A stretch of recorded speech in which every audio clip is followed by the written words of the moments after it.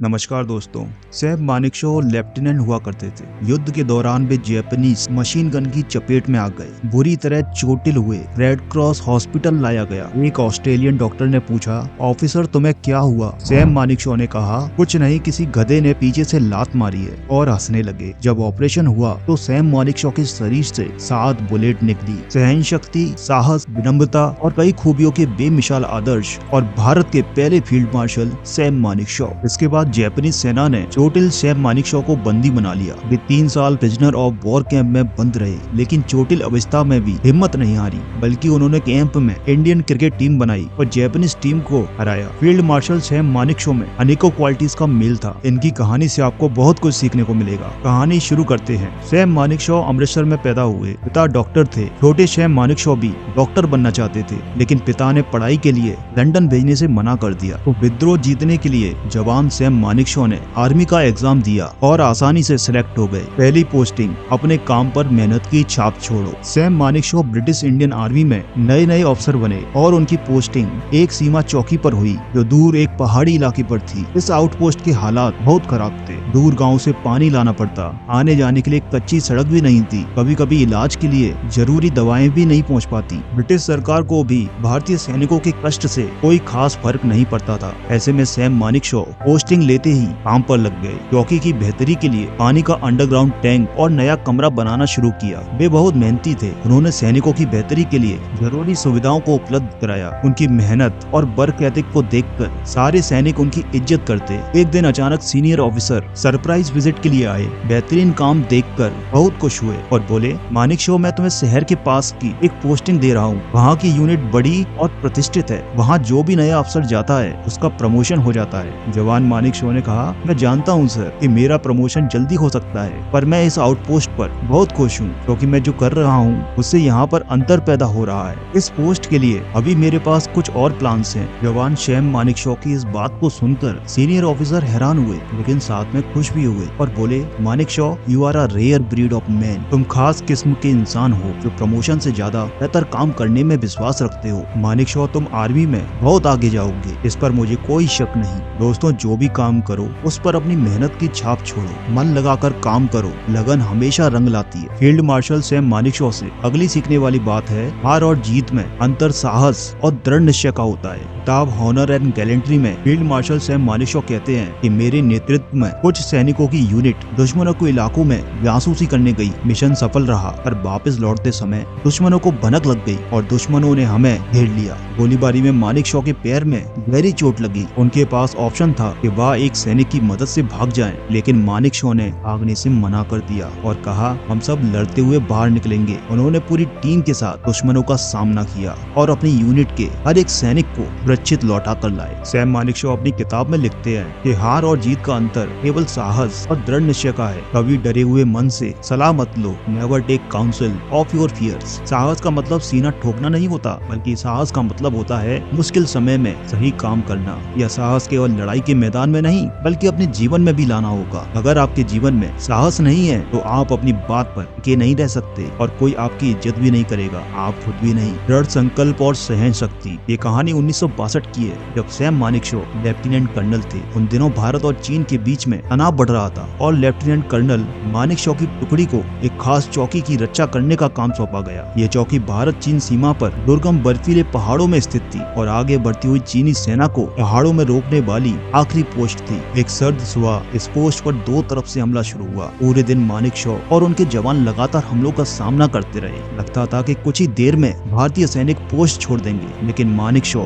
कभी पीठ दिखाने वालों में से तो थे नहीं। उनकी जवानों की टुकड़ी लगातार जवाबी हमला करती रही। दिन भर की लड़ाई के बाद रात अपनी परीक्षा लेकर आई। भयानक बर्फ का तूफान चला। सारी कम्युनिकेशन लाइनें ठप हो गयी और सारे पहाड़ी रास्ते भी बंद हो गए। भारतीय सेना से कब मदद आएगी कुछ कह नहीं सकते। अब मानेकशॉ और उनकी टीम अकेली थी। बहुत कठिन परिस्थिति थी। न दवाई, न गोला बारूद, हड्डियां जमाने वाली ठंड जो हर दिन किसी जवान को निगल रही थी। लेकिन विपत्ति भी मानेकशॉ का मनोबल नहीं तोड़ पाई। उन्होंने अपने जवानों के साथ संकल्प लिया कि जिएंगे या मरेंगे, लेकिन इस चौकी पर कब्जा नहीं होने देंगे। मानेकशॉ का दृढ़ संकल्प और सहन शक्ति देखकर सैनिकों में जोश भर गया। दिन हफ्तों में बदल गए। मानेक और उनके सैनिक भूखे थे, चोटिल और बीमार थे, पर गोली खत्म हो जाए तो चाकू और नाखूनों से लड़ने को तैयार थे। चीनी सेना की हिम्मत न हुई कि वह चौकी को छू पाते। 12 दिनों बाद जवानों की मदद के लिए भारतीय टुकड़ी पहुंची और चीनी सेना को अपना रास्ता बदलना पड़ा। सैम मानेकशॉ के असाधारण नेतृत्व और दृढ़ संकल्प की कहानी भारतीय सेना में आग बनकर फैल गई। सैम मानेकशॉ को सैम बहादुर करके पुकारा जाने लगा। वे भारतीय सेना के साहस की निशानी बन गए। रेजिलियंस। दोस्तों, भारतीय सेना रिसोर्सेज, गोला बारूद और लॉजिस्टिक पर नहीं चलती। यह तो बाकी सेनाओं के पास हमसे भी ज्यादा हो सकती है, लेकिन हमारा हर जवान आखिरी सांस तक संघर्ष करने के लिए तैयार है, मिशन पूरा करने के लिए जान देने को तैयार है। भारतीय सेना ऐसे दृढ़ संकल्प और रेजिलियंस से बनती है। भारतीय सेना 1962 युद्ध छोटा पर घमासान था, जिसमें भारत की हार हुई। ये हार देश के लिए बहुत शर्मनाक थी। सैम मानेकशॉ उन सीनियर अधिकारियों में से थे जिनकी टुकड़ी विजय रही, लेकिन मानेकशॉ संतुष्ट नहीं थे। वे सुनिश्चित करना चाहते थे कि ऐसी परिस्थिति दोबारा न बने। सैम मानेकशॉ कहते हैं, मैंने हार से केवल एक चीज सीखी है, वह है जीतना। The only thing that I have learn from defeat is how to win. उन्होंने फैक्ट फाइंडिंग मिशन बनाया और सीनियर से परमिशन लेकर चीन रवाना हो गए। वहाँ चाइनीज आर्मी के लीडर से मिले। उन्होंने चीनी सेना के प्रिंसिपल्स और स्ट्रेटेजी को समझा, देखा कि चीनी सेना कितनी लेयर में काम करती है। जब सैम मानेकशॉ भारत लौटकर आए, तब उनके पास चीनी सेना के तौर तरीकों की गहरी समझ थी। भारत वापस आते ही उन्होंने भारतीय सेना में कई बदलाव किए। आर्मी को रीऑर्गेनाइज किया, हाई क्वालिटी ट्रेनिंग प्रोग्राम बनाए। उन्होंने सुनिश्चित किया कि सेना के पास पहाड़ों में लड़ने के लिए बेहतर हथियार हों। मानेकशॉ के रिफॉर्म्स के चलते इंडियन आर्मी 1971 में पहले से ही सतर्क थी। मानेकशॉ एक शानदार स्ट्रेटजिस्ट थे और साथ में वह एक रियलिस्ट भी थे। उन्हें स्वीकारने में कोई हिचक नहीं हुई कि हम अपने दुश्मन से भी सीख सकते हैं। अगली बात जो हम फील्ड मार्शल सैम मानेकशॉ से सीख सकते हैं, वह है कि no battle is ever born by chance. हमेशा तैयारी रखो। 1971 भारत पाकिस्तान युद्ध के दौरान सैम मानेकशॉ ईस्टर्न कमांड के कमांडिंग इन चीफ थे। मानेकशॉ कहते हैं कि मुझे बांग्लादेश को आजाद कराने का मिशन सौंपा गया। प्लानिंग से एग्जीक्यूशन तक सब मेरी जिम्मेदारी थी। मानेकशॉ कहते हैं कि मैं जानता था कि ऑपरेशन बहुत कठिन और महंगा होने वाला है, लेकिन असफलता के बारे में मैंने कभी सोचा नहीं। सैम मानेकशॉ ने 3 तरफ से हमला किया। पहला राजधानी ढाका पर हमला किया, दूसरा उत्तरी बांग्लादेश पर हमला किया, जिससे कि पाकिस्तानी सेना की सप्लाई लाइनों को काटा जा सके। तीसरा पाकिस्तान के बॉर्डर पर किया, ताकि पाकिस्तान की सेना का ध्यान भटकाया जा सके। हालांकि जीत के चांसेस बहुत कम लग रहे थे। पाकिस्तानी सेना महीनों पहले से तैयारी कर रही थी। उसके पास खास आउटपोस्ट पर कब्जा भी था। कुछ खास देशों की मदद के कारण पाकिस्तान के पास बेहतर हथियार भी थे। हालात बहुत गंभीर थे। बाधाओं से विचलित हुए बिना सैम मानेकशॉ ने एक डिटेल योजना बनाई। एक एक टुकड़ी को सही जगह पर तैनात किया। सैम मानेकशॉ कहते हैं कि युद्ध में जीत 2 कारणों से होती है, दुश्मन की कमजोरी पर हावी होने से और अपनी ताकत का लाभ उठाने से। जब युद्ध शुरू हुआ तो पाकिस्तानी सेना ने पूरी ताकत से हमला शुरू कर दिया। मुख्य चौकियों पर जमकर गोला बारूद बरसाए, जिससे भारतीय जवानों का मनोबल टूट जाए। लेकिन सैम मानेकशॉ ने फ्रंट लाइंस का दौरा किया। हाई रैंक अफसर होने के बावजूद वे युद्ध के बीच पोस्ट कमांडर से मिलते, जवानों को एकजुट करते और हौसला बढ़ाते। मानेकशॉ के मौजूद होने मात्र से जवानों के अंदर जोश भर जाता और वे निर्भय होकर युद्ध करते। ऑपरेशन सफल रहा। जो युद्ध पूरे देश को निगल सकता था, महीनों चल सकता था, वह मात्र 2 हफ्तों में पूरा हो गया। बांग्लादेश आजाद हुआ। इस युद्ध में नेतृत्व और राष्ट्र सेवा के लिए सैम मानेकशॉ साहब को भारत के दूसरे सबसे सर्वोच्च नागरिक पुरस्कार पद्म विभूषण से सम्मानित किया गया। अगली बात जो हम सैम मानेकशॉ साहब से सीख सकते हैं, वह है इंटीग्रिटी, यानी तलवार की धार पर चलना। सैम मानेकशॉ उस समय चीफ कमांडिंग ऑफिसर थे और कालका में पोस्टेड थे।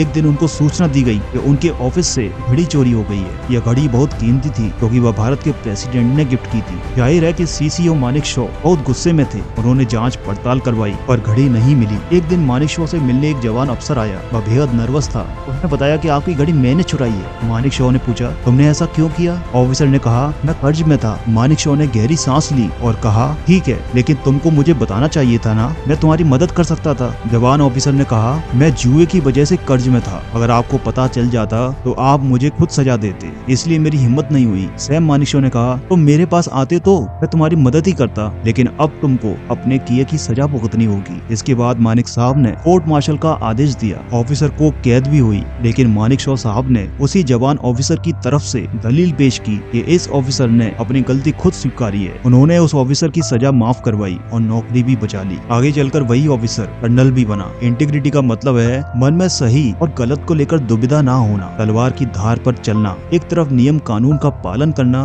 और दूसरी तरफ इंसानियत को भी समझना। दोस्तों स्क्रीन पर शो हो रहे आप इन 2 वीडियोस को भी जरूर देखें। इन वीडियोस से आपको बहुत कुछ सीखने को मिलेगा और आपको बहुत सारी इंस्पिरेशन मिलेगी। मैं इसी तरह की वीडियोस आपके लिए आगे भी लाता रहूंगा।